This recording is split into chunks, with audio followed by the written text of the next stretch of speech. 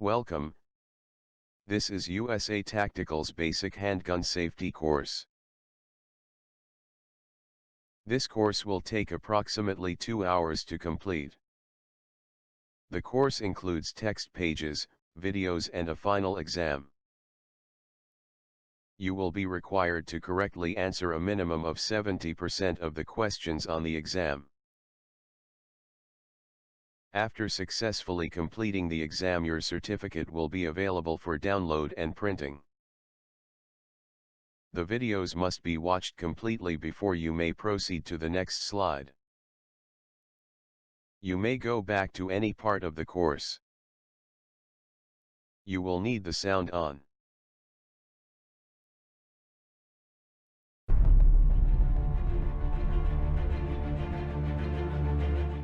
Hello, my name is Robert Hanson, And I'm Chris Hansen. and we will be your certified pistol instructors for USA Tactical's online handgun training course. One thing that I do want to emphasize is please do not handle any firearms during this video.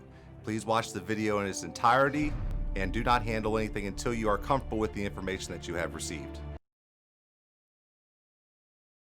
Introduction. The training you are about to receive is not a substitute for actual hands-on live fire training with a certified firearms instructor. It is intended to be a first step towards responsible and safe handgun ownership.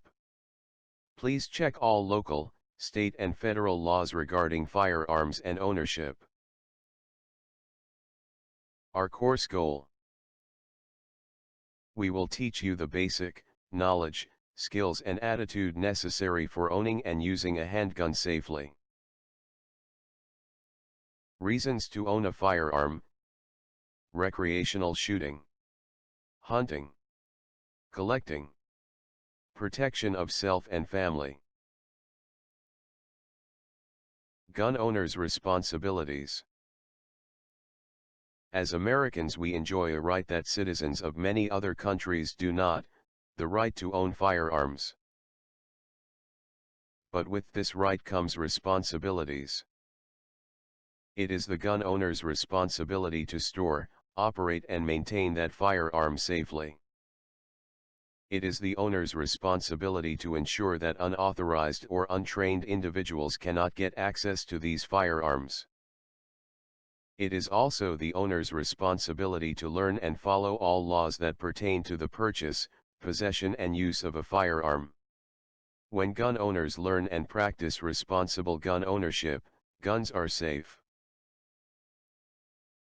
4 rules for safe gun handling. Always treat the gun as if it's loaded. Always keep the gun pointed in a safe direction. Always keep your finger off the trigger until ready to shoot. Always keep the gun unloaded until ready to use. 4 rules for safe gun handling. 1. Treat all guns as though they are always loaded, and always perform a clearance check every time you pick it up. Most firearm accidents occur with firearms that the users had sworn were unloaded. Never, never, never grow careless with a firearm. Every single time you pick it up, perform the proper clearance procedure and educate those in your household how to do the same. Treat a firearm that you've just unloaded with the exact same respect as one that you've just loaded. 2. Always keep the gun pointed in a safe direction. One thing to understand about safe direction is that it can and does change constantly.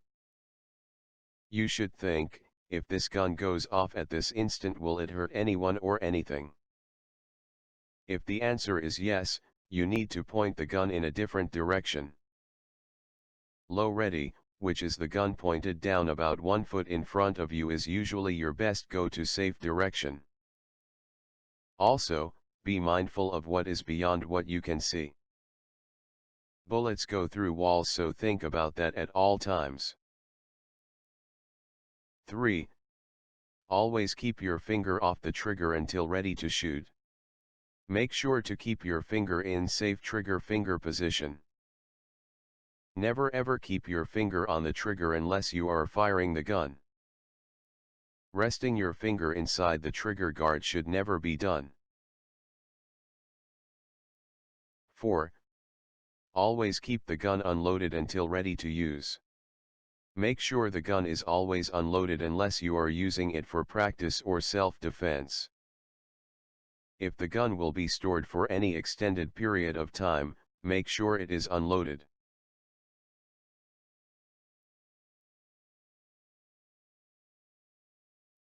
There are 4 rules for safe gun handling. First is to always treat every gun as if it is loaded. Second is to always keep your finger off the trigger until you are ready to shoot. Third is to always point the gun in a safe direction. Fourth is to keep the gun unloaded until you are ready to use it. Remember to always make sure any gun you pick up is checked to be safe and clear. If the first rule is followed, the likelihood of an accidental discharge is greatly reduced. Simply put, if you assume that every gun is loaded and treat it as such, you are already off to a safe start. The second rule of keeping your finger off the trigger is just as important. A common mistake people make is that they do not place their trigger finger in a safe trigger finger position. Safe trigger finger position is having your trigger finger placed alongside the frame of the pistol above and away from the trigger guard. Do not place your finger in the trigger guard. That should only happen when you are ready to pull the trigger. The third rule is to always point the gun in a safe direction. Never point a gun at anything you do not want to destroy. Safe direction is something that will always change with your surroundings. It is important to always think about what is around you. Remember that bullets go through walls and there can be other people on the other side of those walls. Also, what goes up must come down, so pointing the gun up is never a good idea. The fourth rule is to keep the gun unloaded until you are ready to use it. Now, this rule will be based upon how you are using the gun. If you are going to a shooting range, then you would not want to load the gun until you are on the range and ready to shoot. Now, if you are carrying the gun in a concealed manner, you have to decide how you want to carry that gun. Load it with or without a round in the chamber. This is a personal decision that you should make based on your comfort level and the skill level with your gun. With gun ownership comes a responsibility. That gun is always your responsibility, regardless of whether it is with you or not. If you do not have the gun in your possession, it is your responsibility to make sure that unauthorized and untrained individuals do not have access to that gun. That means that you should have the gun locked away securely if it is not on your person. You should also make sure that you are familiar with the laws that pertain to gun ownership. Those laws include, but are not limited to, concealed carry laws. You should also never handle a gun if you have been drinking or doing drugs. Both impair your judgment and therefore should never be used if you plan on handling a gun. It is your responsibility to make sure that the gun is kept away from children. If you choose to teach your children about guns, you need to make sure they are taught correctly. You need to teach your children the proper reaction if they come across a gun. That is to leave the area immediately, take any other children with them, and get an adult. They should never touch or handle a gun without proper adult supervision. It is also your responsibility to make sure your gun is always in safe working condition. That includes keeping your gun clean, which will help the gun function properly. Refer to your owner's manual for recommended cleaning and how to clean your gun properly.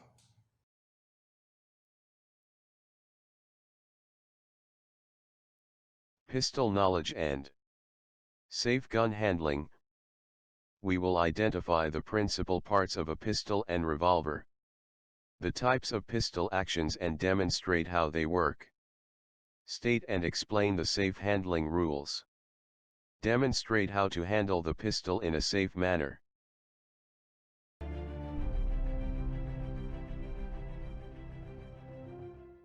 Let's start with how we should always handle a gun. You should always treat every gun as if it is loaded, even if you were the last person to handle the gun. You should also always make sure that every gun is safe and clear. When we say safe and clear, we mean that you have personally picked up the gun, checked to see that there is no ammunition in the gun or the barrel. So on a semi-automatic pistol, the first thing we will do is we'll pick the firearm up, making sure that we keep our finger in a safe trigger finger position alongside the frame. Rotate the gun over. Using your finger, you will push the magazine release, placing your hand underneath so that you can catch the magazine as it comes out. Now at this point we will have to slide the slide back and manually lock it in place using the slide stop. Typically on a semi-automatic, if you have an empty magazine in the gun, when you slide the slide back it will lock open automatically. Since we have removed the magazine, we will have to use the slide stop to manually lock that slide back. So keeping your finger in the safe trigger finger position still, rotate your hand down a little bit so that you can reach the stop, slide the slide back, pushing up on the stop at the same time. That will lock the slide open. Once we check and make sure that there are no ammunition inside the barrel, we are now safe and clear. As with any gun, you want to make sure that the gun is safe and clear. So on a revolver, we'll pick the gun up, making sure that we keep our finger in a safe trigger finger position, rotating over. We might have to rotate our hand just a tad. Using our thumb, we will push on the cylinder release, while taking our offhand on the back side, we will put these two fingers on this cylinder. We need to push on the cylinder and the release at the same time. So push together, that will allow the cylinder to come out. We want to check and make sure that there are no rounds in any of the cylinder openings. At this point, the gun is safe and clear. Clearing semi-automatics. 1. With the firearm pointed in a safe direction and the trigger finger outside the trigger guard, drop the magazine by pressing the magazine release.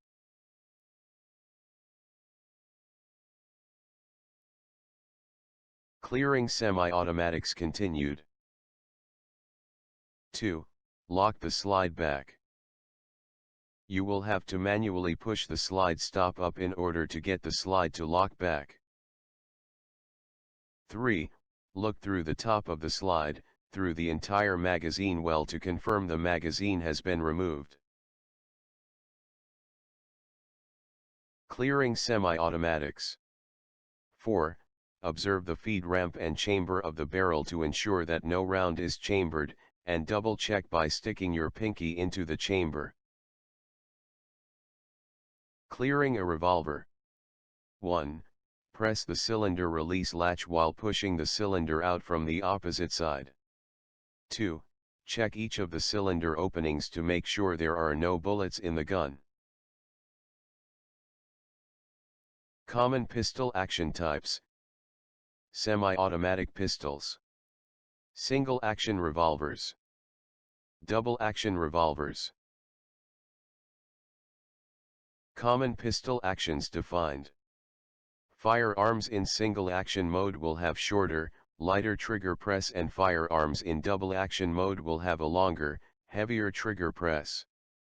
Single-action means that the trigger performs a single function, that is, it releases the hammer, which means that the hammer already has to be cocked. Double-action means that the trigger press does two things. It first cocks the hammer, then it releases it. Main parts of a semi-automatic pistol. There is the barrel, the frame and the action. That includes the slide and the parts within the frame. Semi-automatic pistol parts in more detail. You have the trigger, the magazine and the magazine release. The magazine release lets the magazine drop out of the handgun.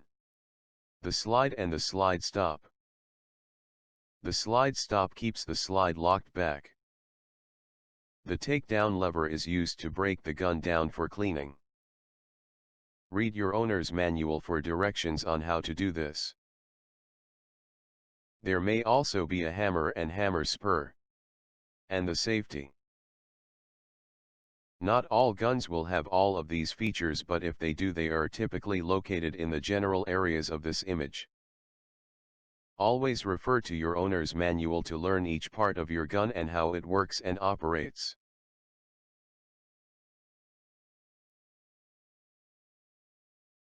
The main parts of a revolver. You have the barrel and the frame. The action is contained within the frame. The double-action revolver in more detail. The cylinder is what holds the ammunition.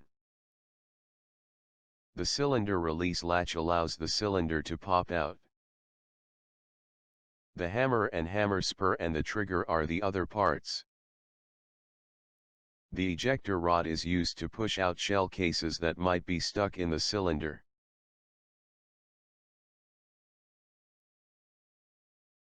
Double action only revolvers. Skill level, low.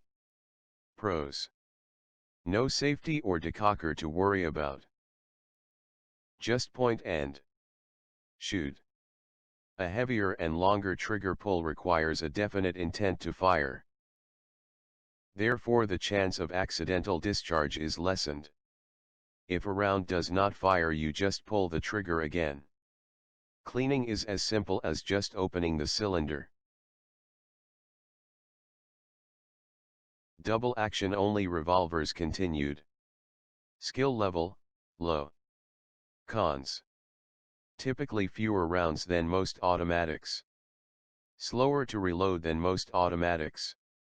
Revolvers have thicker profiles than automatics, and so concealing is a little harder when worn on the body. Double action only, striker fire. Skill level, moderate. Pros. No safety or decocker to worry about. Just point and shoot. A heavier and longer trigger pull requires a definite intent to fire. Therefore, the chance of accidental discharge is lessened. Although the trigger weight is considerably less than a revolver, holds more rounds than a revolver. Some guns will hold 20 rounds. Double action only, striker fire, continued. Skill level, moderate. Cons. The chance of accidental discharge is much higher than a revolver. The owner must practice safe trigger finger position. Practice of clearing cartridge malfunctions is a must as well with this type of gun. Harder to break down and clean than a revolver. Double action single action semi-automatics. Skill level, intermediate. Pros. The first shot will be double action, but all the following shots will be single action. If the pistol has an exposed hammer, there is the option of firing the first round as a single action as well. The hammer would have to be cocked manually. Double action single action semi-automatic continued. Skill level, intermediate. Cons. The two different trigger weights can cause the first shot to be off target. Decockers and safeties can be confusing in a stress situation. Single action only semi-automatics. Skill level, advanced. Pros. Light and short trigger press aids in accuracy for experienced shooters. Single action only semi-automatics continued. Skill level, advanced. Cons. The light and short trigger press could cause an accidentally discharge in a stress situation.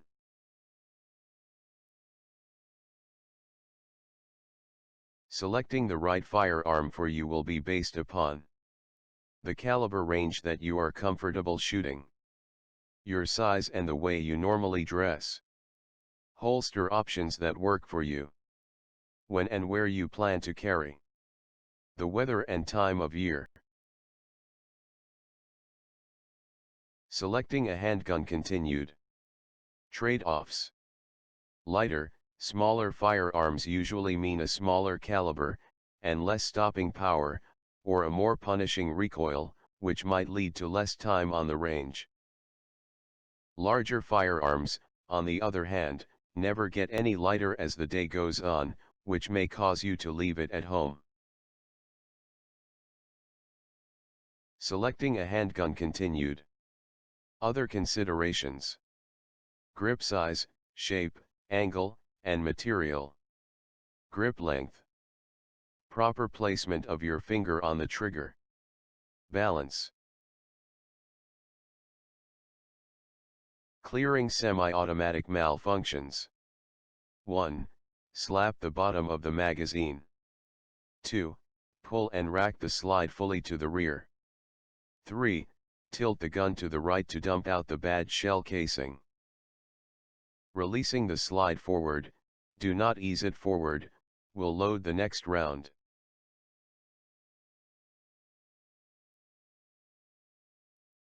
Cartridge identification.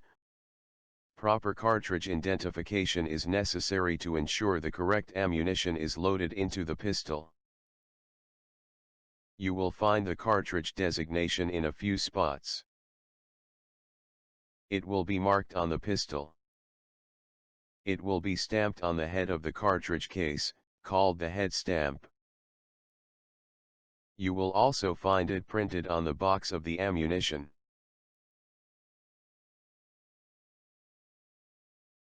Plus P and standard cartridges explained. Some ammunition has a plus P or plus P plus designation, indicating it is loaded to higher than standard pressure levels for better ballistic performance. This higher pressure ammunition must be used only in those guns certified for it as shown on the barrel, slide or frame as well as your owner's manual. Plus P and plus P plus cartridges have the same dimensions as standard cartridges. They can be chambered in guns that are not certified for higher pressure ammunition. Shooting plus P ammunition in a gun not designed to handle plus P can damage the gun and cause harm or death. Always use the proper ammunition for your pistol. Make sure that you store your ammunition safely as well. Keeping your ammunition in a cool, dry spot is best for prolonging the life of your ammunition. The way to store ammunition. Keep ammunition in a cool, dry area and store it separately from your firearm. Keep ammunition in its original factory box or carton. Do not expose ammunition to water or any gun solvents or oils. Use only the correct ammunition for your gun, matching up the caliber on the barrel, the ammunition box, and the stamp on the bottom of the cartridge. Inspect ammunition prior to loading. Discard rounds with damaged cases, corrosion, or loose bullets.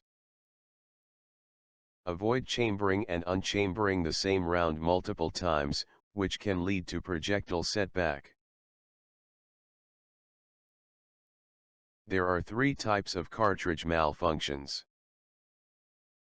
There is a misfire, a hang fire, and a squib load.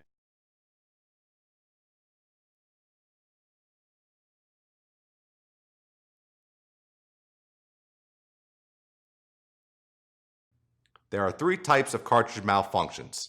These are misfires, hang fires, and squib loads. A misfire is the failure of a cartridge to ignite when the primer or case rim is struck by the firing pin. What you will feel when you have a misfire is nothing. You will pull the trigger and just feel a click with no bang. Misfires are usually defects in the cartridge or pistol. A hang fire is a perceptible delay in the ignition of the cartridge. This delay may last up to 30 seconds. When a cartridge fails to fire immediately, you will not know if it is a misfire or a hang fire. So anytime you have a cartridge that does not fire, you should keep the gun pointed in a safe direction for at least 30 seconds before the action is open to remove the cartridge. A squib load is a cartridge that develops less than normal pressure or velocity upon ignition. A squib load can cause a bullet to fail to exit the muzzle and actually lodge in the bore. You will notice a squib load because it just won't feel like the other rounds you fired. You will notice reduced noise and recoil. If you have a squib load, you should stop firing immediately and safely open the action to check the bore for obstructions. With any cartridge malfunction, you can safely continue shooting after you clear this misfire. If you have multiple cartridge malfunctions from the same box of ammunition, you should stop using that ammo and try a new box. If you continue to have cartridge malfunctions after changing your ammo, you should have your gun checked by a qualified gunsmith.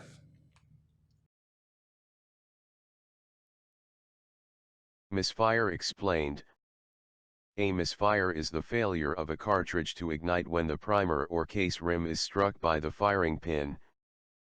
Causes are usually defects in the cartridge or defects in the pistol. Hangfires explained. A hangfire is a perceptible delay in the ignition of a cartridge after the primer or case rim has been struck by the firing pin. This delay may last up to 30 seconds. When a cartridge fails to fire immediately, it will not be known if it is a misfire or hangfire. A hangfire can cause a substantial delay, so the handgun should be kept pointed in a safe direction for at least 30 seconds before the action is opened to remove the cartridge. Squib load explained.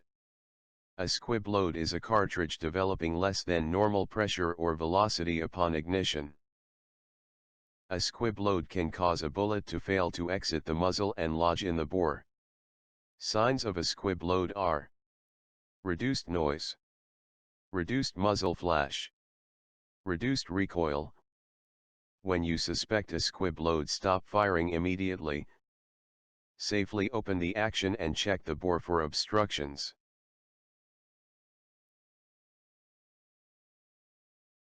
The best grip to shoot with is a two-handed grip. Here are the instructions for a proper two-handed grip. Non-shooting hand safely puts pistol in shooting hand. V between thumb and forefinger of shooting hand is placed high on the pistol back strap.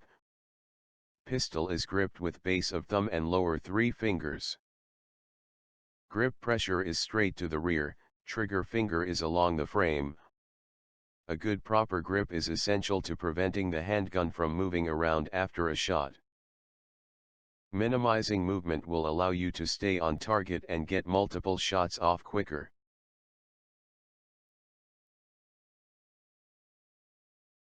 Here is the proper thumb position for two-handed grips. With a revolver, the non-shooting hand thumb lies on top of the shooting hand thumb. On a semi-automatic pistol, the non-shooting hand thumb is under the shooting hand thumb. The reason we hold a semi-automatic like this is that it prevents us from placing our thumbs on the magazine release. If you accidentally bump the magazine release while shooting, the gun will not load.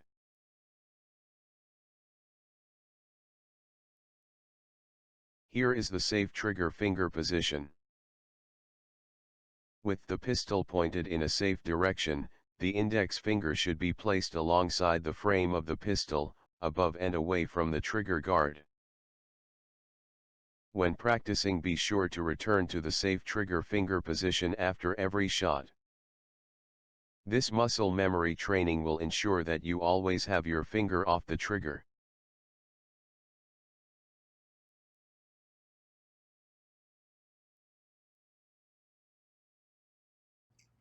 There are 5 fundamentals of pistol shooting. They are aiming, breath control, hold control, trigger control, and follow through. These 5 fundamentals should be performed with every shot. Aiming is the process of achieving the proper relationship between the target, the front sight, and the rear sight. The 2 most important shooting fundamentals are aiming and trigger control. Aiming consists of sight alignment and sight picture. When we talk about sight alignment, we are referring to the proper relationship between the front and the rear sights. The tops of the front and the rear sights should be even across the top, and the front post should be centered evenly between the rear sights. Sight picture refers to the relationship between the aligned sights and the target. A 6 o'clock hold places the top of the front sight at the 6 o'clock position on the target. A center hold places the top of the front sight in the center of the target. The downside to a center hold is that you cover up your target. That leads to impaired vision. Breath control minimizes the body movement produced by breathing.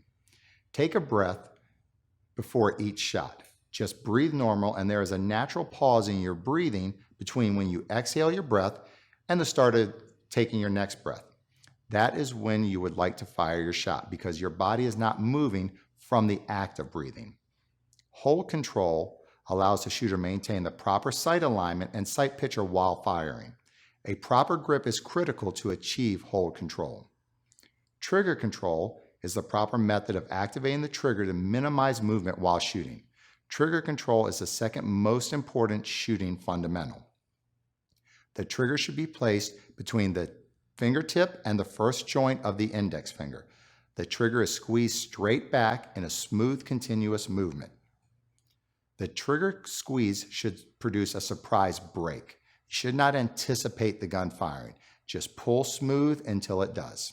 Follow through is the continuation of all the fundamentals of shooting through and immediately following the shot. The follow through enables you to maintain and continue the fundamentals through the shot and allows you to be set up for the next shot. Stance and grip are important parts of shooting as well. When you grip the gun, you want to start with a good grip. So you will pick up the gun in your shooting hand. Grip it firmly but not overly tight. I would say the force you would use on a firm handshake. While keeping your finger off the trigger, you will wrap your bottom 3 fingers around the front of the grip. Now you will want to take your other hand and lay the meat of your hand in the open spot of the gun and then wrap your fingers on top of your other fingers. Then lay your thumbs flat alongside the frame. The 2 stances I want to go over are the isosceles and the weaver. The isosceles stance is one in which the gun is held straight out from the body with both arms straight, and your body is square to the target. This stance lines you up the straightest with your target. You'll want to start with your feet shoulder width apart and have your knees slightly bent. Now you want to hold the gun straight out and slightly push forward. That will give you a solid base to help absorb the recoil from shooting and get you back on target the quickest. In the weaver stance, the body is slightly angled in relationship to the target instead of facing it squarely. The elbows are flexed and pointed downward. The strong side arm pushes out while the weak hand pulls back. This push-pull tension is the chief defining characteristic of the weaver stance. The weaver is a better self-defense stance, but as with anything, it takes practice to get good at shooting from that position. It is a better position because it slims down your profile, which is useful if you're in a self-defense scenario. There are 5 fundamentals of pistol shooting. First is aiming. Second is breath control. Third is hold control. Fourth is trigger control. And fifth is follow through. These 5 fundamentals should be performed with every shot. When you are practicing, make sure to be deliberate about each step. These steps will help your shooting greatly when they are practiced precisely as possible. The 2 most important shooting fundamentals are aiming and trigger control. Aiming has 2 parts. They are sight alignment and sight picture. Aiming explained. Aiming is the process of achieving the proper relationship between the target, the front sight and the rear sight. Aiming consists of 2 components. They are sight alignment and sight picture. Sight alignment explained. Sight alignment refers to the proper relationship of the pistol's front and rear sights. With post and notch sights, the tops of the front and rear sights are even. The front post is then centered in the rear notch. Proper sight picture is obtained when the aligned sights are put into their proper relationship with the target. There are 2 holds. The first is called a 6 o'clock hold. This is when the top of the front sight is placed at the bottom of the target. The second is a center hold. This is when the top of the front sight is placed on the center of the target. We recommend 6 o'clock hold for a couple of reasons. First, it allows you to see your target fully. Second, most people tend to raise on rapid shots. Starting at 6 o'clock gives you a better chance of your second and third rounds to be on target. Errors in sight alignment and side picture explained. Sight alignment is more critical than side picture. In the first picture, poor side picture yields a slightly off-center group. In the second picture there is proper sight alignment and proper side picture. This produces well-centered grouping. The third picture has poor sight alignment and poor side picture, which produces a much larger deviation of the group. If you are practicing your shooting and your shots are not hitting the target, be sure to focus on your sight alignment. This is the main mistake that people usually make that makes their shots off target.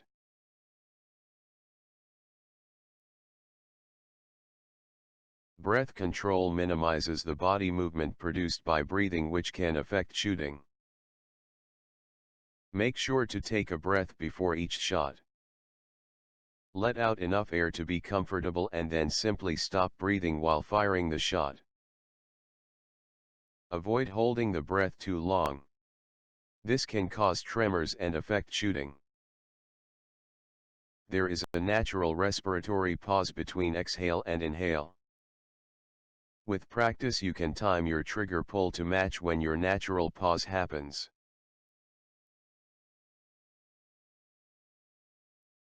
Hold control allows the shooter to maintain proper sight alignment and side picture while firing.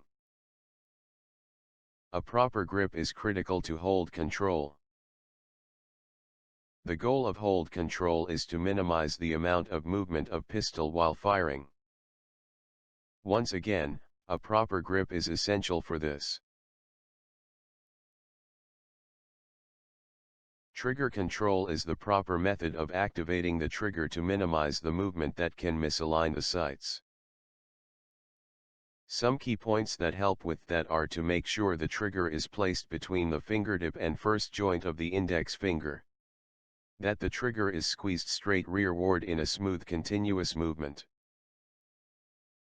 That the trigger squeeze should produce a surprise break as you pull the trigger. You will find a point that you will need to increase pressure.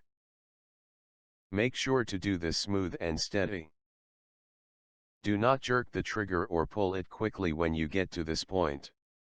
All of these, to include trigger squeeze and sight alignment, are done while maintaining minimum movement.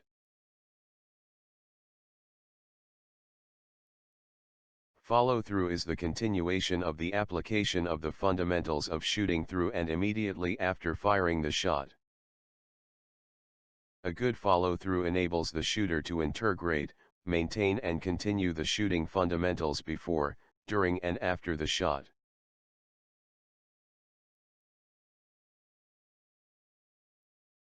Must not have a felony conviction and not currently under indictment for a felony. Must not have a charge pending for domestic violence and never been convicted of domestic violence. Must not be a fugitive from justice. Must not have been discharged from the armed forces under dishonorable conditions. Must not be an illegal alien or unlawfully in the United States. Has not renounced their United States citizenship. Does not have an order of protection or a restraining order filed against them. Not an unlawful user of or addicted to alcohol or any controlled substance or controlled substance analog.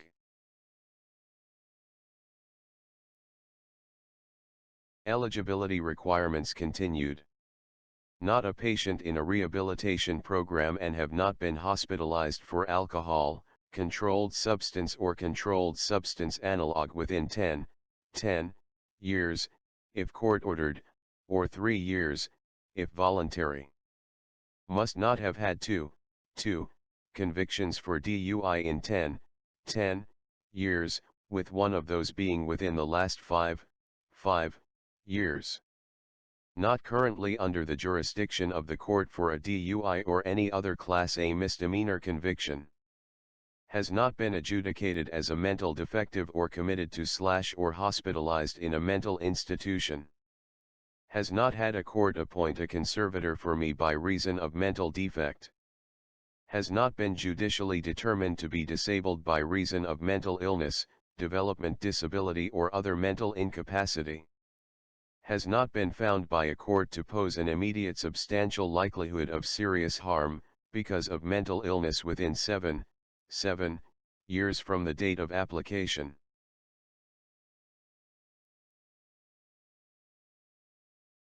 Eligibility requirements continued. Has not been convicted of stalking and have no pending charge, for stalking.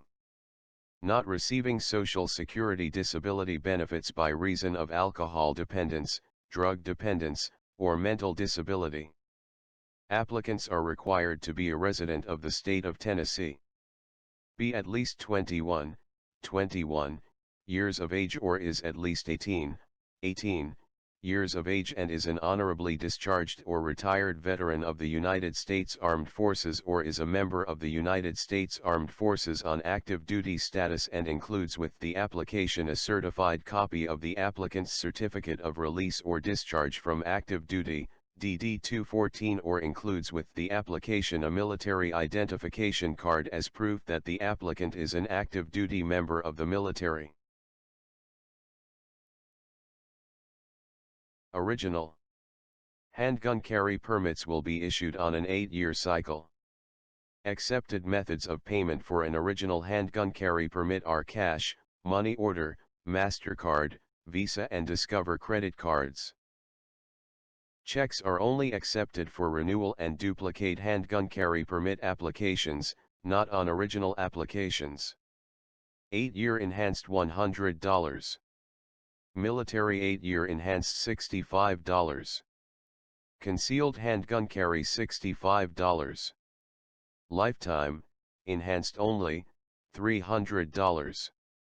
Military lifetime, enhanced only, $265. Retired law enforcement lifetime, enhanced only, free. Renewal or upgrade. When you renew your permit, the new expiration date will be 8 years from the date the renewal permit was issued. Permits expire 8 years from the date of issuance. 8-year enhanced $50. Military 8-year enhanced $50. Upgrade from enhanced to a lifetime $200. Upgrade from enhanced to a lifetime military $200. Upgrade from concealed to lifetime, must also meet all requirements for enhanced, $300. Retired law enforcement upgrade to a lifetime free. Duplicate. All duplicates $5. Military discount, enhanced handgun carry permit only. Public Chapter Number 866 Section 2, signed May 18, 2014, states: any person, who has been honorably discharged from any branch of the United States Armed Forces or who is on active duty in any branch of the Armed Forces or who is currently serving in the National Guard or Armed Forces Reserve, and who makes initial application for a handgun carry permit shall be required to pay only that portion of the initial enhanced handgun carry permit application fee that is necessary to conduct the required criminal history record check. That being said, someone out of service would need a DD-214, someone still serving would have their current credential card identify them. This does not change the fact that they will still need to show proof of completion of an 8-hour handgun safety course or meet the exemption requirements for the enhanced handgun carry permit. The current fee to run background checks is $65, so that is what the applicant must pay. Free retired law enforcement lifetime. Enhanced handgun carry permit only. Public Chapter Number 396 Section 1, signed May 1, 2019, waives the application for a retired law enforcement lifetime if the applicant: A. is a former federal, state, or local law enforcement officer, as defined in 39-11-106. B. Served for at least 10 years prior to leaving the law enforcement agency and was post-certified, or had equivalent training, on the date the officer left the law enforcement agency. Free retired law enforcement lifetime. Enhanced handgun carry permit only. C. Was in good standing at the time of leaving the law enforcement agency, as certified by the chief law enforcement officer or designee of the organization that employed the applicant, and D. Is a resident of Tennessee on the date of the application. Asterisk must submit a completed verification of retired police officer for lifetime handgun carry permit form to the Driver Service Center to be eligible. Or you may also use your LEOSA from in 1736 and current LEOSA card instead of the form on this site. Concealed handgun carry permit. 2019 Public Chapter 479. Must carry concealed at all times. The fee for the permit will be $65. Must fill out CCP proof of training form, provided in this course, to submit along with training proof. The card will have an 8-year expiration date. May not carry at any school or university, public or private. Name-based background check run every 5 years. Enhanced carry permit. Effective January 1, 2020, the current handgun carry permit will be referred to as an enhanced handgun carry permit. Application fee of $100, $65 if active or honorably discharged military. Allows open or concealed carry. Permits will be issued for 8 years. The permit shall entitle the permittee to carry any handgun, which the permittee legally owns or possesses. The permittee shall have the permit in their immediate possession at all times when carrying a handgun and shall display the permit on demand of a law enforcement officer. Lifetime enhanced only. Allows open or concealed carry. Application fee of $300, $265 if active or honorably discharged military, $200 if upgrading from 8-year permit. No expiration date. The permit shall entitle the permittee to carry any handgun, which the permittee legally owns or possesses. The permittee shall have the permit in their immediate possession at all times when carrying a handgun and shall display the permit on demand of a law enforcement officer. More extensive training requirements. Name-based background check run every 5 years. Temporary permit. No application fee. Pursuant to TCA 36-6-626, 39-17-1308A, 39-17-1365, a person granted an order of protection has the ability to carry a handgun for 21 calendar days if they legally own the firearm and carry a copy of the protective order. Such person may also apply for a temporary handgun carry permit within the same 21 days. A person who does not apply for the temporary permit within 21 days will not be authorized to carry a handgun once 21 days has lapsed. To be eligible to receive a temporary permit, one must apply in person with a certified copy of the order of protection, provide proof of identity and residency, and meet all other qualifications for a handgun carry permit. Prior to issuing the temporary permit, a criminal history check will be conducted. The temporary permit is valid only in Tennessee for 60 days and will be issued as a letter without photograph. Retired law enforcement lifetime. No application fee. Pursuant to TCA 39-17-1351, X.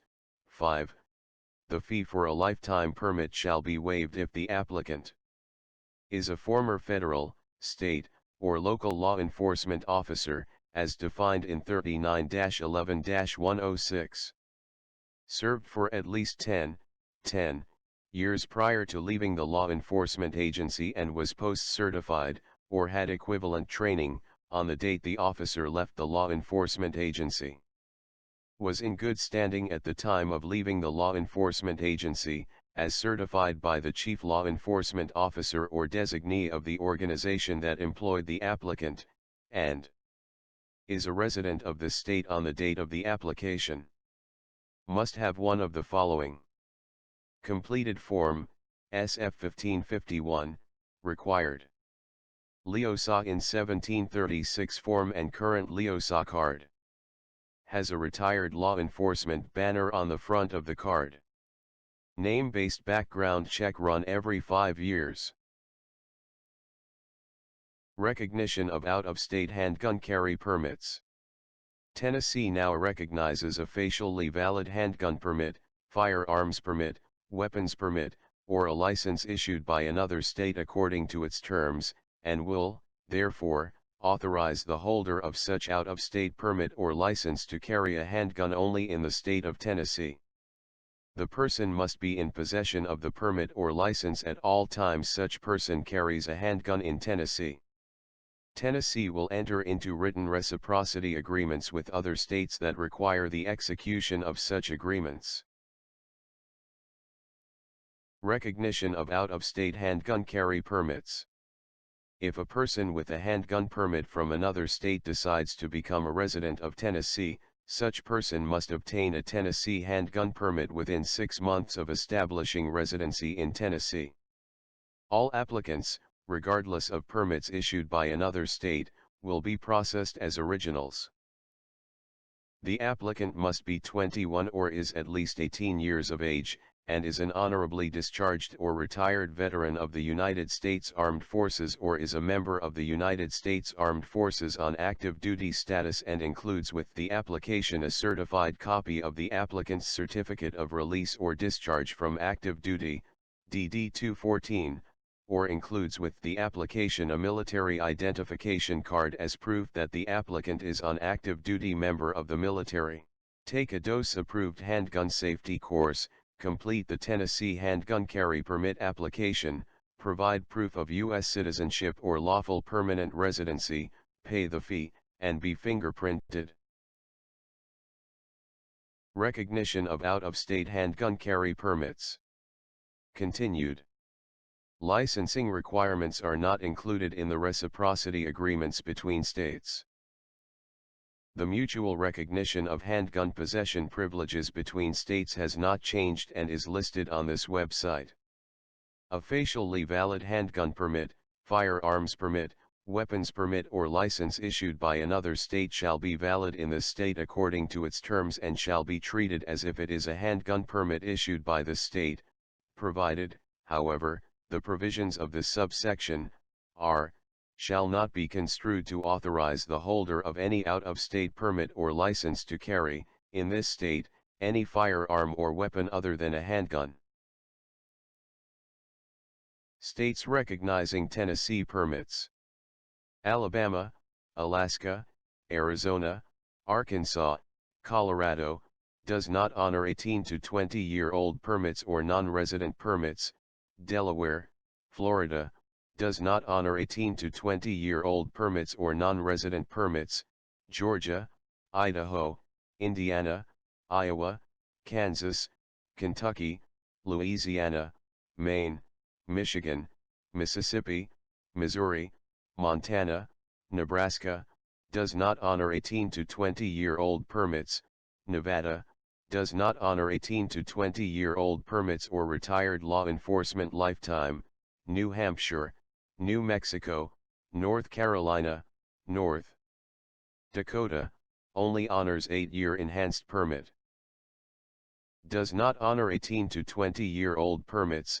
Oklahoma, Ohio, Pennsylvania, does not honor 18 to 20-year-old permits or non-resident permits. South Carolina, South Dakota, Texas, Utah, Virginia, West Virginia, does not honor 18 to 20-year-old permits or non-resident permits. Wisconsin, does not honor 18 to 20-year-old permits, Wyoming *. Indicates the state has a formal reciprocity agreement with Tennessee. Note, persons with a valid Tennessee handgun carry permit should contact any state for information on carrying such handgun prior to entering the state. States not recognizing Tennessee permits: California, Connecticut, Hawaii, Illinois, Maryland, Massachusetts, Minnesota, New Jersey, New York, Oregon, Rhode Island, Vermont, Washington. Concealed carry handgun permit. Must be a Tennessee resident. The first step of applying for an original Tennessee concealed carry permit would be to complete the application online under the Handgun Permit tab. See training requirements for a list of firearms training accepted for the concealed carry permit. A list of approved online course vendors can be found here. Must fill out CCP proof of training form to submit along with training proof. Concealed carry handgun permit. Once the course has been completed, you will go to a Driver Services Center. At the Driver Services Center, pay application fee of $65 for an 8-year permit. Submit completed CCP proof of training form along with training proof. Provide certified proof of U.S. citizenship or lawful permanent residency. Photocopies will not be accepted. Provide proof of full SSN. Have photo taken. Concealed carry handgun permit. If you do not currently have a Tennessee driver license, you must submit 2 proofs of Tennessee residency with your name and resident address, no P.O. boxes. Documents must be current and within last 4 months. Present a photo ID to the department at the time of filing the application.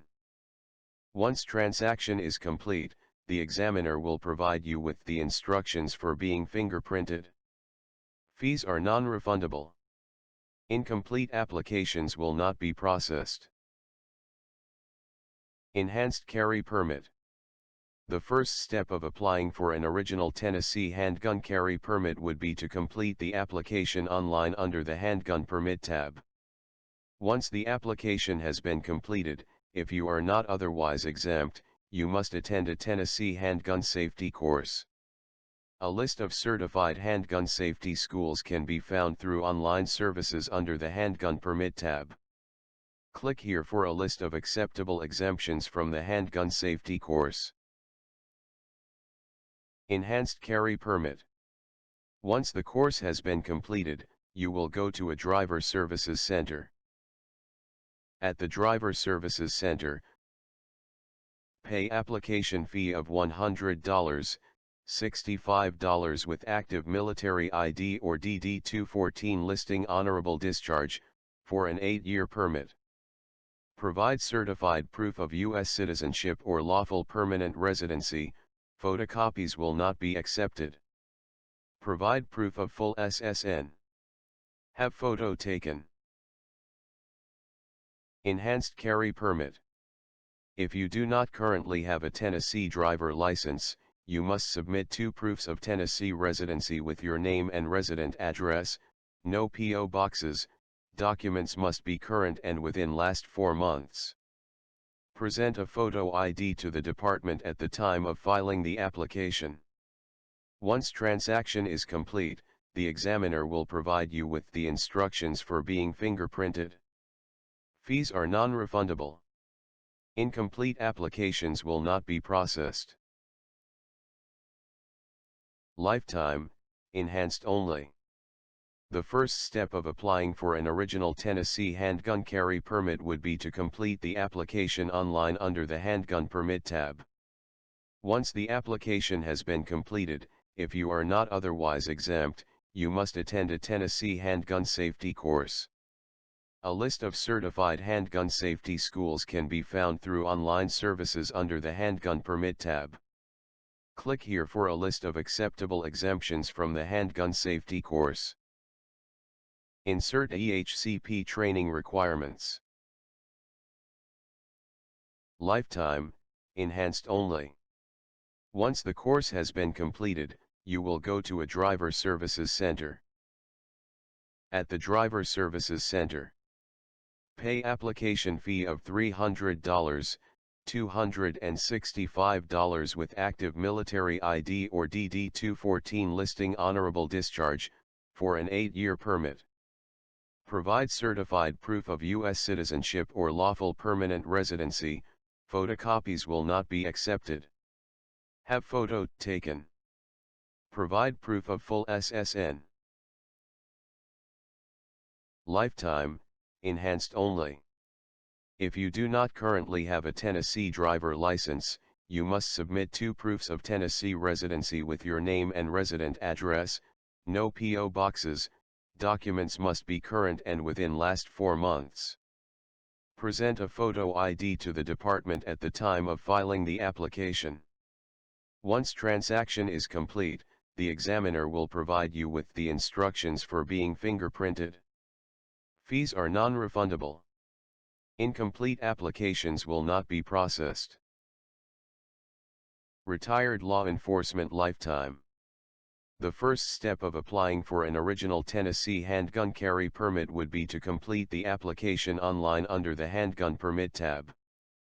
Print the SF-1551 form, complete the top portion of the form and present it to your Human Resource Office or Chief Law Enforcement Officer to complete the bottom portion of the form.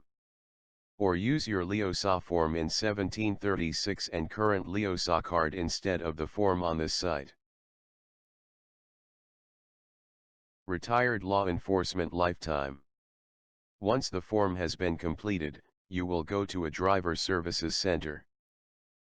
At the Driver Services Center, provide certified proof of U.S. citizenship or lawful permanent residency, photocopies will not be accepted. Provide proof of full SSN. Provide completed SF-1551 form or LEOSA form in 1736 and current LEOSA card. Have photo taken.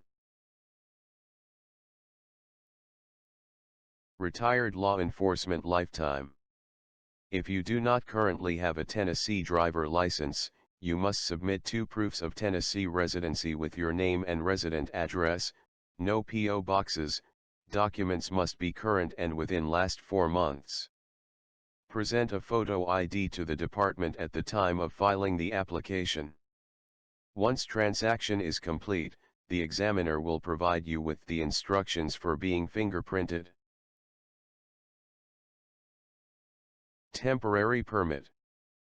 Pursuant to TCA 36-6-6-626, 39-17-1308A, 39-17-1365, a person granted an order of protection has the ability to carry a handgun for 21 calendar days if they legally own the firearm and carry a copy of the protective order. Within 21 days of order of protection being issued, you may apply for a temporary handgun carry permit. Temporary permit. Present the following at a Driver Services Center: certified copy of the order of protection. Proof of identity. Certified proof of U.S. citizenship or lawful permanent residency, photocopies will not be accepted. Proof of full SSN. Temporary permit. If you do not currently have a Tennessee driver license, you must submit 2 proofs of Tennessee residency with your name and resident address, no P.O. boxes, documents must be current and within last 4 months. Photo ID to the department at the time of filing the application. The handgun permit unit will run a name-based background check. The temporary permit comes in the form of a letter without photograph, is valid for 60 days and must be carried along with a certified copy of the order of protection. Online renewal. To apply for a Tennessee handgun carry permit renewal online, Visit Online Services under the Handgun Permit tab and fill out the application. Once the application is completed, the renewal fee of $50 will be paid on the website. Fees are non-refundable. Driver Services Center Renewal. Visit a Driver Services Center convenient to you. At the Driver Services Center, complete an application. Pay the application fee of $50 for an 8-year renewal. Have new photo taken. Fees are non-refundable. Mail Renewal. Complete and sign a new application. Printable application. Mail the application and the $50 fee, payable by check or money order, to the Tennessee Department of Safety and Homeland Security, TDOSH, at Handgun Permit Unit, PO Box 23710, Nashville, TN 37202. Fees are non-refundable. Asterisk if listing out-of-state mailing address on the application, must include copy of military orders, showing stationed out of state. County Clerk Office Renewal. To apply for a Tennessee handgun carry permit renewal at a partnering county clerk office, the application will be completed at the center or application will be completed and brought into the center. Please contact the county clerk office before visiting to verify that they process handgun permit renewals. The renewal fee of $50, plus an additional $4 fee, will be paid at county clerk office. Have photo taken. Fees are non-refundable. Upgrade to lifetime. All lifetime permit applications must be done in person, at a Driver Services Center. At the Driver Services Center, complete an application. Pay the application fee of $200. Have a new photo taken. Fees are non-refundable. Duplicate online. To apply for a Tennessee handgun carry permit renewal online, visit Online Services under the Handgun Permit tab and fill out application. Once the application is completed, the duplicate fee of $5 will be paid on the website. Fees are non-refundable. Duplicate Driver Services Center. Visit a Driver Services Center convenient to you. At the Driver Services Center, complete an application. Pay the application fee of $5. Have a new photo taken. Fees are non-refundable. Duplicate by mail. Complete and sign a new application. Printable applications. Enhanced handgun carry permit. Concealed handgun carry permit. Mail the application and the $5 fee, payable by check or money order, to the Tennessee Department of Safety and Homeland Security, TDOSH, at Handgun Permit Unit, PO Box 23710, Nashville, TN 37202. Fees are non-refundable. Asterisk if listing out-of-state mailing address on the application, must include copy of military orders, showing stationed out of state. Chamber flags. Chamber flags are small, inexpensive items used as an added safety measure while transporting and storing semi-automatic handguns. Place a flag in an empty chamber as a visual confirmation that the chamber is clear. The department stresses the minimum security of chamber flags. While not a replacement for safes, cases or other security devices, these plugs are merely a deterrent and the first level of limiting exposure to small children. If the firearm is not in direct control, the owner must absolutely ensure that it is inaccessible to a child. Gun safes, trigger locks, handgun safes, cable lock. If the firearm is not in direct control, the owner must absolutely ensure that it is inaccessible to a child. The use of gun safes, trigger lock, handgun safes and cable locks is a must. Gun safes, trigger locks, handgun safes, cable lock. A firearm is your responsibility at all times. Firearms are unloaded and securely stored in a location inaccessible to children and other unauthorized persons.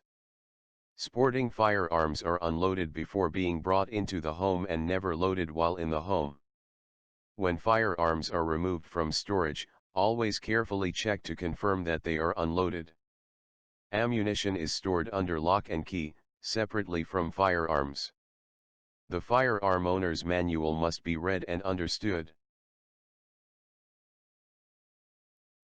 Tennessee Firearm Laws 39-17-1301 Part Definitions.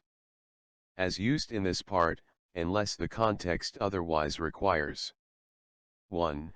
Adjudication as a mental defective or adjudicated as a mental defective means a determination by a court in the state that a person, as a result of marked subnormal intelligence, mental illness, incompetency, condition or disease, is a danger to such person or to others, or 2. Lacks the ability to contract or manage such person's own affairs due to mental defect. B. A finding of insanity by a court in a criminal proceeding, or c. A finding that a person is incompetent to stand trial or is found not guilty by reason of insanity pursuant to Article 50A and 76B of the Uniform Code of Military Justice, 10 U.S.C. 850A and 876B respectively. Parts definitions continued. 2. Club means any instrument that is specially designed, made or adapted for the purpose of inflicting serious bodily injury or death by striking a person with the instrument. 3. Crime of violence includes any degree of murder, voluntary manslaughter, aggravated rape, rape of a child, especially aggravated rape of a child, aggravated sexual battery, especially aggravated robbery, burglary, aggravated burglary, especially aggravated burglary, aggravated assault, kidnapping, aggravated kidnapping, especially aggravated kidnapping, carjacking, trafficking for commercial sex act, especially aggravated sexual exploitation, felony child abuse, and aggravated child abuse. Parts definitions continued. 4. A. Explosive weapon means any explosive, incendiary or poisonous gas. I. Bomb. 2. Grenade. 3.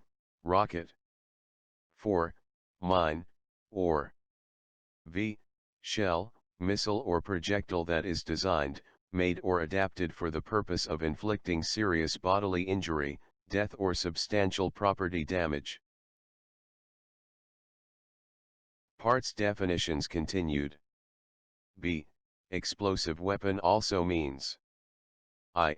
Any breakable container which contains a flammable liquid with a flash point of 150 degrees Fahrenheit, 150 degrees Fahrenheit, or less and has a wick or similar device capable of being ignited, other than a device which is commercially manufactured primarily for purposes of illumination, or 2. Any sealed device containing dry ice or other chemically reactive substances for the purposes of causing an explosion by a chemical reaction. Parts definitions continued. 5. Hoax device means any device that reasonably appears to be or is purported to be an explosive or incendiary device and is intended to cause alarm or reaction of any type by an official of a public safety agency or a volunteer agency organized to deal with emergencies. 6. Immediate vicinity refers to the area within the person's immediate control within which the person has ready access to the ammunition. Parts definitions continued. 7. Judicial commitment to a mental institution means a judicially ordered involuntary admission to a private or state hospital or treatment resource in proceedings conducted pursuant to Title 33, Chapter 6 or 7. 8. Knife means any blade hand instrument that is capable of inflicting serious bodily injury or death by cutting or stabbing a person with the instrument. Parts definitions continued. 9. Knuckles means any instrument that consists of finger rings or guards made of a hard substance and that is designed, made or adapted for the purpose of inflicting serious bodily injury or death by striking a person with a fist enclosed in the knuckles. 10. Machine gun means any firearm that is capable of shooting more than 2 shots automatically, without manual reloading, by a single function of the trigger. 11. Mental institution means a mental health facility, mental hospital, sanitarium, psychiatric facility and any other facility that provides diagnoses by a licensed professional of an intellectual disability or mental illness, including, but not limited to, a psychiatric ward in a general hospital. Parts definitions continued. 12. Restricted firearm ammunition means any cartridge containing a bullet coated with a plastic substance with other than a lead or lead alloy core, or a jacketed bullet with other than a lead or lead alloy core, or a cartridge of which the bullet itself is wholly composed of a metal or metal alloy other than lead. Restricted firearm ammunition does not include shotgun shells or solid plastic bullets. 13. Rifle means any firearm designed, made or adapted to be fired from the shoulder and to use the energy of the explosive in a fixed metallic cartridge to fire a projectile through a rifled bore by a single function of the trigger. Parts definitions continued. 14. Short barrel means a barrel length of less than 16 inches, 1/6, for a rifle and 18 inches, 1/8, for a shotgun, or an overall firearm length of less than 26 inches, 2/6. 15. Shotgun means any firearm designed, made or adapted to be fired from the shoulder and to use the energy of the explosive in a fixed shotgun shell to fire through a smoothbore barrel either a number of ball shot or a single projectile by a single function of the trigger. Parts definitions continued. 16. Switchblade knife means any knife that has a blade which opens automatically by a. Hand pressure applied to a button or other device in the handle, or b. Operation of gravity or inertia, and 17. Unloaded means the rifle, shotgun or handgun does not have ammunition in the chamber, cylinder, clip or magazine, and no clip or magazine is in the immediate vicinity of the weapon. 39-17-1302 Prohibited weapons. A. A person commits an offense who intentionally or knowingly possesses, manufactures, transports, repairs or sells 1. An explosive or an explosive weapon. 2. A device principally designed, made or adapted for delivering or shooting an explosive weapon. 3. A machine gun. 4. A short barrel rifle or shotgun. 5. Hoax device. 6. Knuckles, or 7. Any other implement for infliction of serious bodily injury or death that has no common lawful purpose. Prohibited weapons continued. B. It is a defense to prosecution under this section that the person's conduct 1. Was incident to the performance of official duty and pursuant to military regulations in the Army, Navy, Air Force, Coast Guard or Marine Service of the United States or the Tennessee National Guard, or was incident to the performance of official duty in a governmental law enforcement agency or a penal institution. 2. Was incident to engaging in a lawful commercial or business transaction with an organization identified in subdivision B. 1. 3. was incident to using an explosive or an explosive weapon in a manner reasonably related to a lawful industrial or commercial enterprise. Prohibited weapons continued. B. It is a defense to prosecution under this section that the person's conduct 4. Was incident to using the weapon in a manner reasonably related to a lawful dramatic performance or scientific research. 5. Was incident to displaying the weapon in a public museum or exhibition, or 6. Was licensed by the state of Tennessee as a manufacturer, importer or dealer in weapons, provided that the manufacture, import, purchase, possession, sale or disposition of weapons is authorized and incident to carrying on the business for which licensed and is for scientific or research purposes, or sale or disposition to an organization designated in subdivision B. 1. Prohibited weapons continued. C. It is an affirmative defense to prosecution under this section that the person must prove by a preponderance of the evidence that 1. The person's conduct was relative to dealing with the weapon solely as a curio, ornament or keepsake, and if the weapon is a type described in subdivisions A. 1-4, that it was in a non-functioning condition and could not readily be made operable, or 2. The possession was brief and occurred as a consequence of having found the weapon or taken it from an aggressor. D. It is an exception to the application of subsection A, that the person acquiring or possessing a weapon described in subdivisions A. 3, or A. 4, is in full compliance with the requirements of the National Firearms Act, 26 U.S.C. 5841 to 5862. Prohibited weapons continued. E. Subsection A. Shall not apply to the possession, manufacture, transportation, repair, or sale of an explosive if 1. The person in question is 18 years of age or older, and 2. The possession, manufacture, transport, repair, or sale was incident to creating or using an exploding target for lawful sporting activity, as solely intended by the commercial manufacturer. F. 1. An offense under subdivision A. 1 is a Class B felony. 2. An offense under subdivisions A. 2-4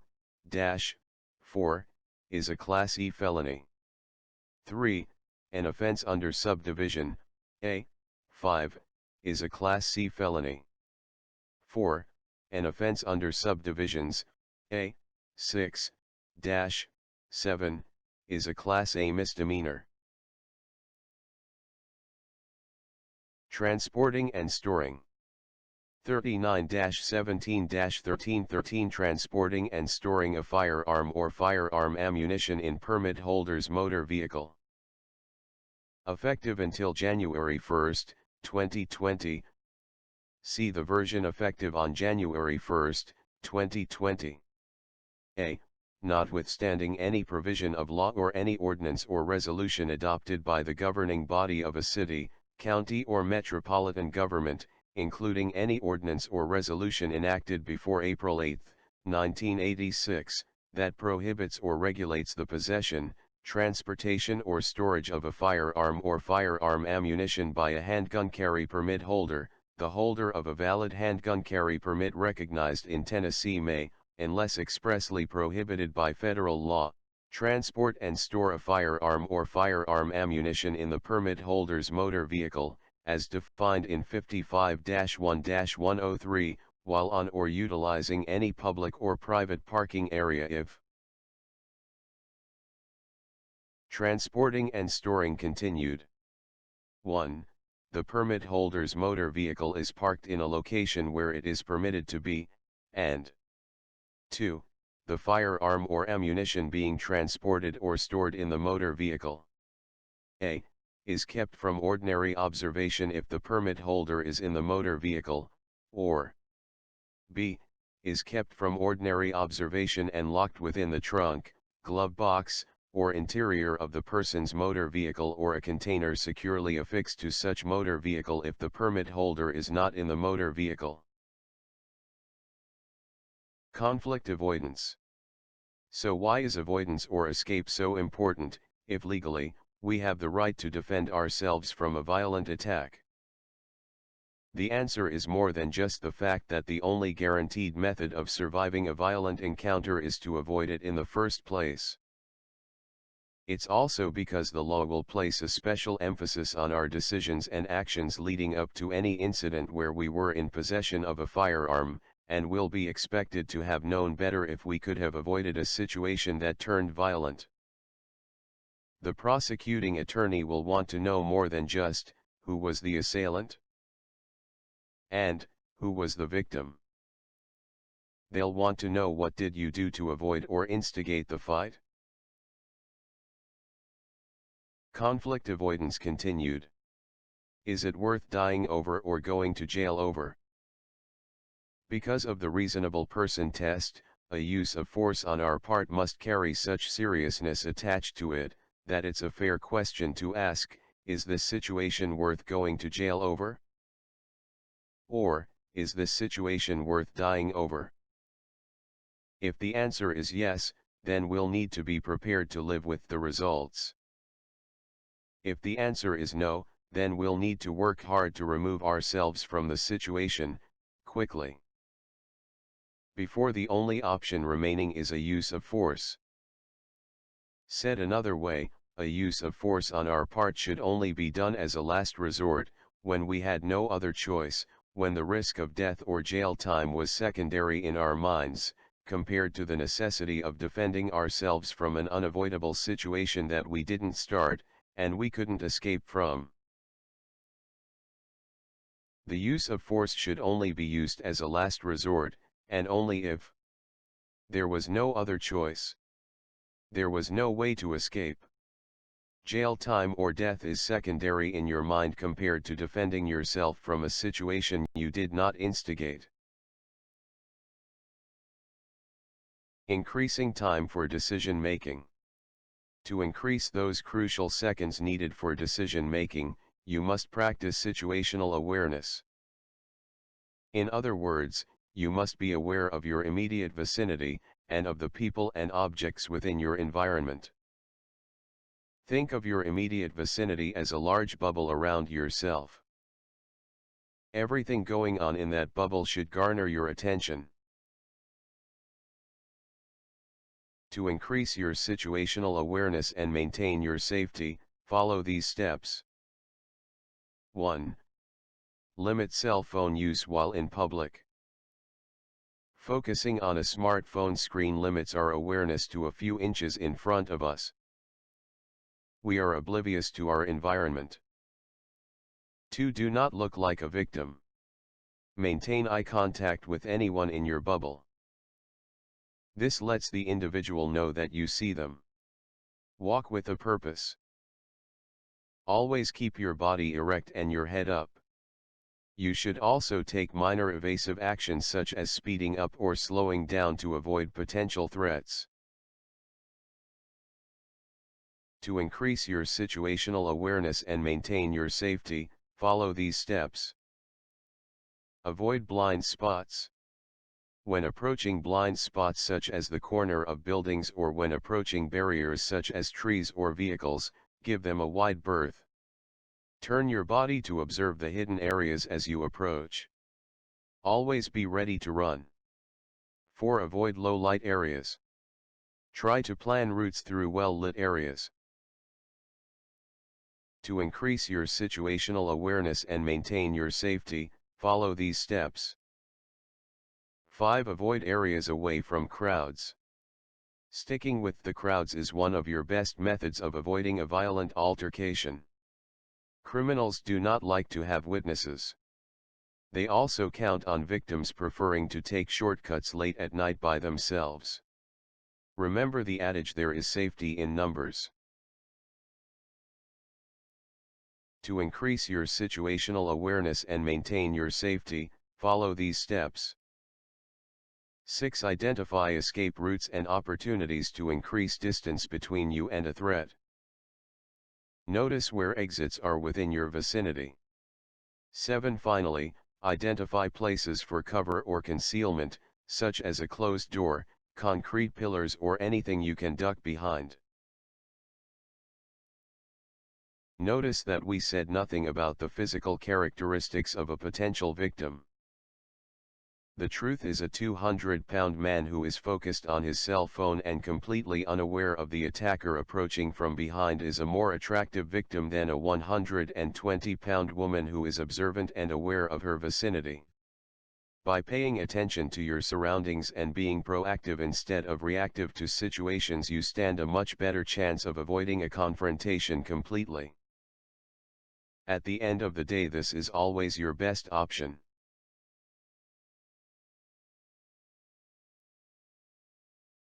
Any gun shop or sporting goods store will have multiple options for firearms storage, including options for completely enclosing a loaded handgun, or completely enclosing the trigger and trigger guard on a loaded shotgun.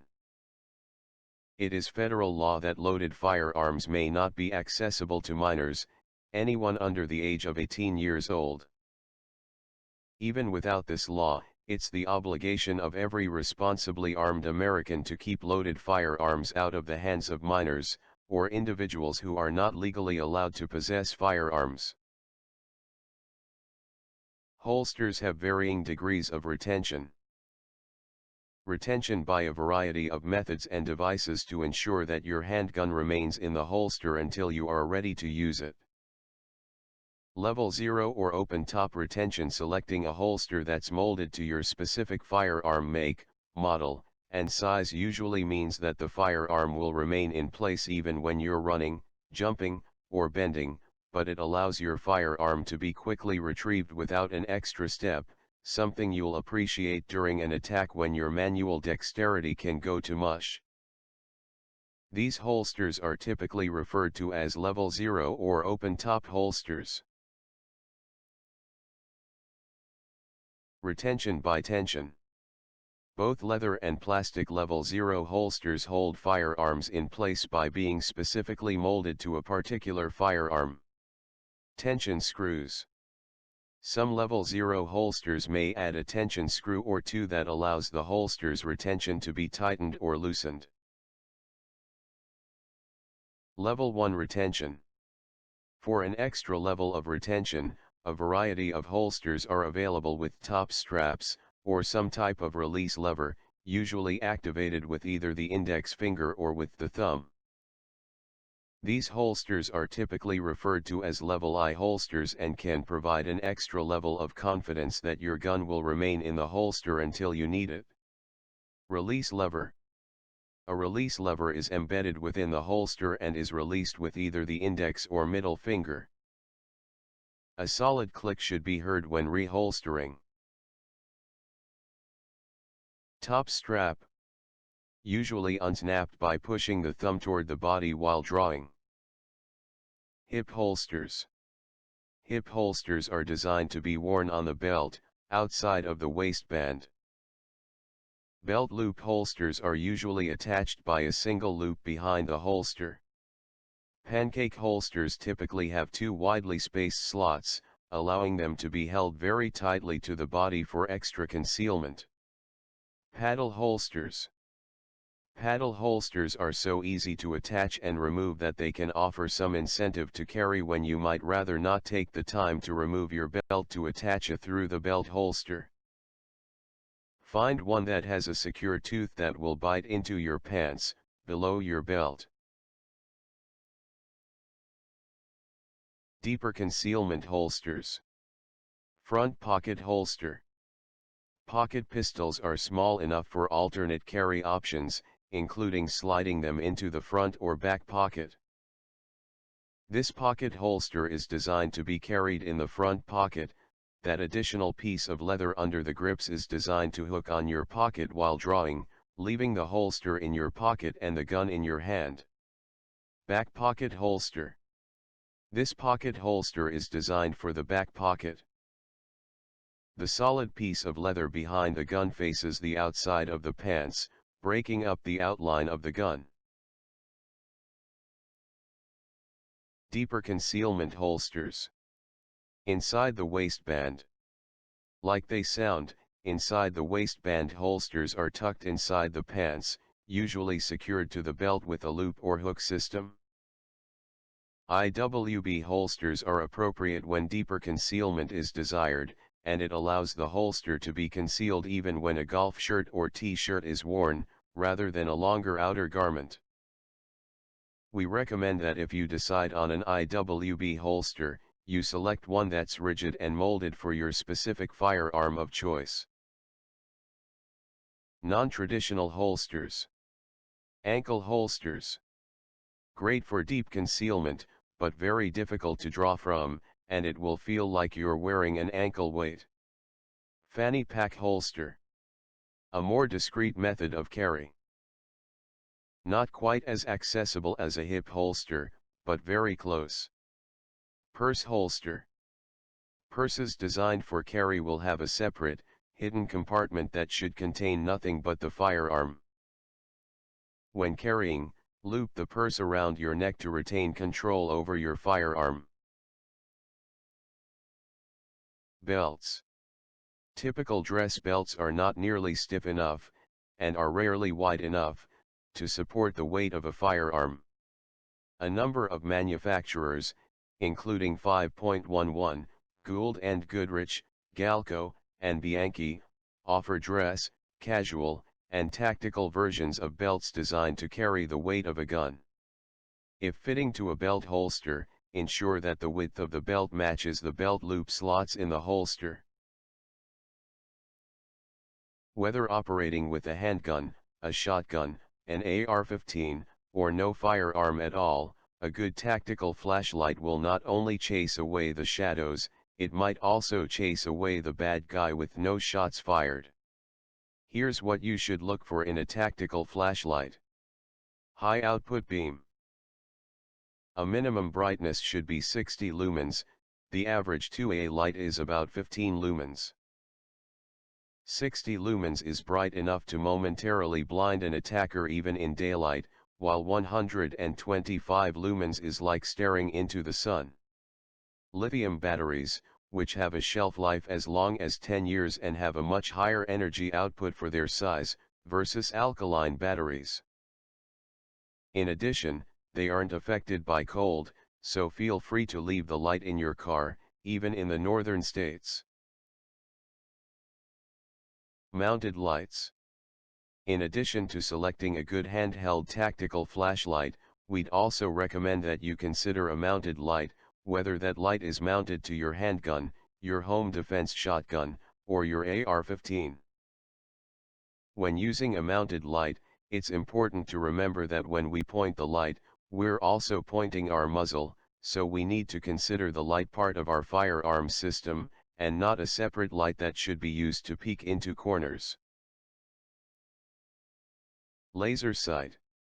A traditional sight plane requires that 3 objects be aligned: the rear sight, the front sight, and the target. In addition, it fights the mind's natural inclination to focus on the threat and forces us to change our focus to the front sight.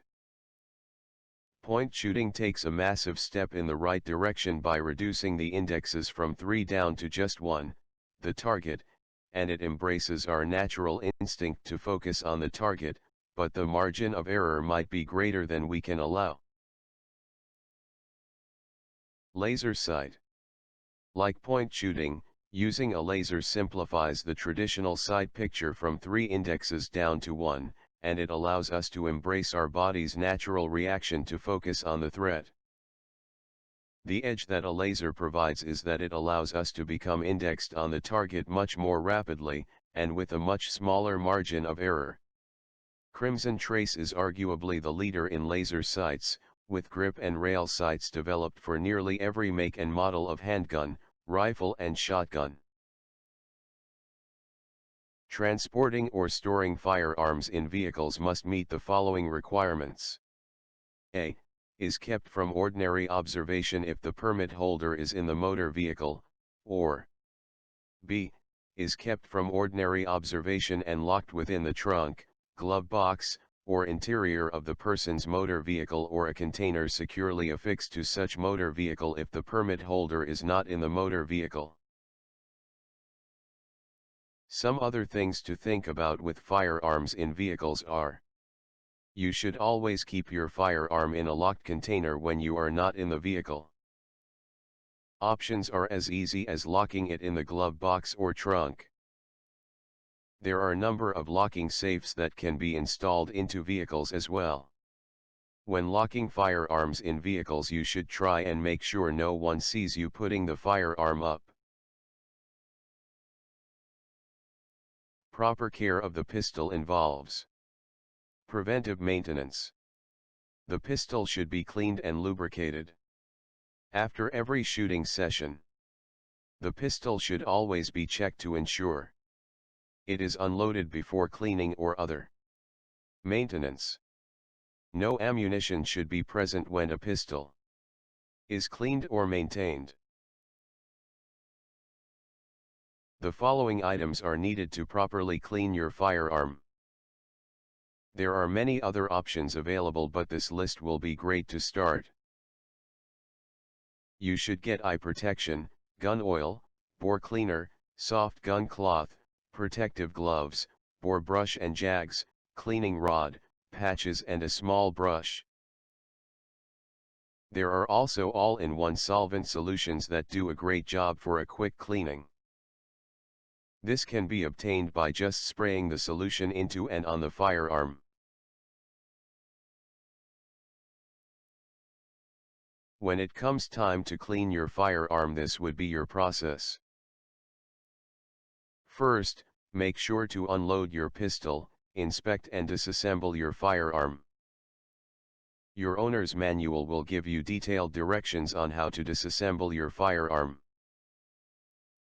Next, you should apply cleaning solvent to the bore brush. Make sure not to dip the brush in the solvent, but instead put the solvent on the brush. Now run the brush through the bore 10 to 15 times. Run the brush through each of the cylinder chambers on a revolver. On a semi-automatic pistol, clean the barrel separately with solvent.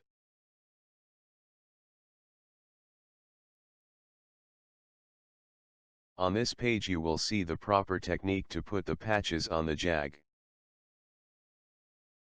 Run the patches through the bore or chamber until they come out clean. You should also use the brush to clean all the spots that dirt and residue will accumulate. Make sure to wipe down the outside of the firearm as well with light oil and a soft cloth. Finally, lubricate the key points of the pistol action with gun oil. Thank you for taking the time to watch our training. Here are just a few things that we learned. We went over gun owner's responsibilities, the reasons to own a pistol, the pistol action types, the main parts of a semi-automatic pistol, the main parts of a revolver, shooting fundamentals, aiming, and the 4 rules for safe gun handling. I just want to thank you for choosing USA Tactical for your training. I would like to remind you to always stay current on your practice and training, as well as the current gun laws. I don't know is never a good excuse or reason to not follow the laws. It is your responsibility to make sure that you know the laws and are comfortable with carrying a gun. Thank you again, and good luck on your test.